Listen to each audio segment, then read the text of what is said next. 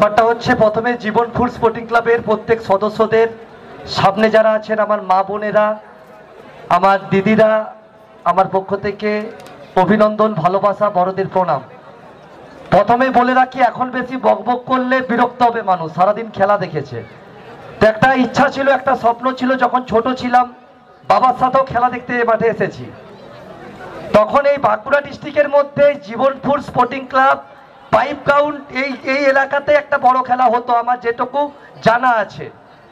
তো যাই হোক, প্রত্যেক টিম ভালো খেলেছেন, কোনো দল জিতবে কোনো দল হারবে, কিন্তু একটা জায়গায় খারাপ লাগে, দেখবেন প্রত্যেক প্লেয়ার এখন প্রফেশনাল, খেপের প্লেয়ার, কাউকে আমি ছোট করছি না।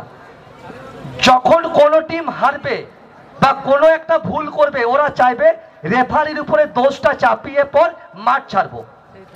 ধরে নিন আজকে শুভঙ্কর স্যার মাঝ মাঠে যে ফাউলটা দিয়েছে, ভুল দিয়েছে, ওই ফাউল থেকে কি গোল হয়েছে? ওই ফাউল থেকে কি কোনো একটা কিছু হয়েছে? অফসাইডে গোল হয়েছে, পেনাল্টিতে গোল হয়েছে? সেসব তো কিছু হয়নি। উদ্দেশ্য কি? আমরা হেরে যাচ্ছি, রেফারির উপরে দোষ চাপিয়ে টিম ম্যানেজারের যে টাকা নিয়ে পর মাঠ ছাড়তে হবে, এটা কিন্তু আমাদের বুঝতে হবে। এখন কিন্তু বেশিরভাগ জায়গায় এগুলো হচ্ছে।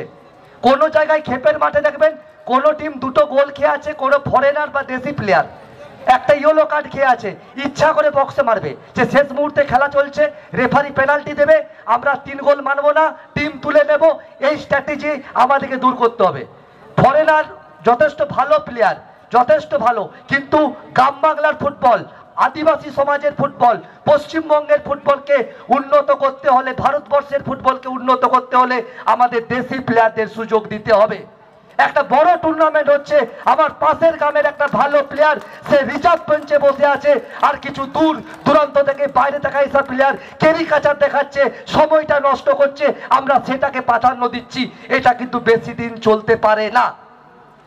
দেখবেন কোন দেশি প্লেয়ার ফাউল করছে, সে মেনে নিচ্ছে, কিন্তু অন্য জায়গার প্লেয়ার ফাউল করছে, রেফারিকে তেড়ে ধরছে, আমার আদিবাসী ভাইকে তেড়ে ধরছে।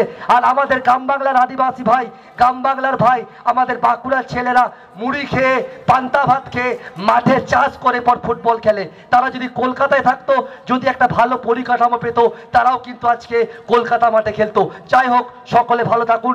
যারা ভালো খেলেছে তাদেরকেও ভালোবাসা রইল, যারা আজকে পরাজিত হয়েছে তাদেরকেও ভালোবাসা রইল। সর্বোপরি আমি গর্বিত, আজকে Surajit Das, ISL referee, I league referee, Shubhankar Khamri, ওনাদের সাথে আমি বিভিন্ন জায়গায় খেলাচ্ছি এবং জীবনপুর স্পোর্টিং ক্লাবের কাছে এত বড় সম্মান পেয়েছি যে অভিজিৎ ঘটককে সুযোগ দিয়েছে, এবং আশা করি তাদের মান আমি রাখতে পেরেছি। আর পুলিশ প্রশাসন এত ভিড়, পুলিশ প্রশাসন গেল বলে কিন্তু ক্লিয়ার হলো। সর্বোপরি পুলিশ প্রশাসন আমাদেরকে যেভাবে সহযোগিতা করেছে, ওনাদেরকে অসংখ্য ধন্যবাদ।